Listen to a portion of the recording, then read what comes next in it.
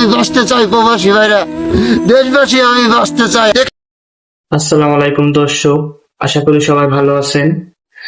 এই যে একটা লোক প্রবাসে থাকতো, তার পুরা ফেসটা পুরে ঝাল হয়ে গেছে, সে তো সবাই জানেন।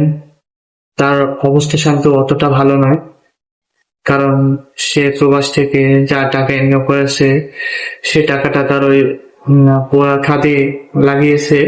সে বলেছে সবার সামনে যে সে বাঁচতে চায়। কোনো হৃদয়বান ব্যক্তি থাকেন, তাকে যদি সাহায্য করতে চান, তার ভিডিওর উপরে বিকাশ নাম্বার নগদ সেটা দেওয়া আছে, সেটা সরাসরি তার মায়ের। যদি কেউ যোগাযোগ করে তাকে দিতে চান, দিতে পারে।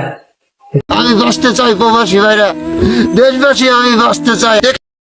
আসসালামু আলাইকুম দর্শক, আশা করি সবাই ভালো আছেন। এই যে একটা লোক প্রবাসে থাকতো, তার পুরা ফেসটা পুরে ঝাল হয়ে গেছে, সে তো সবাই জানেন।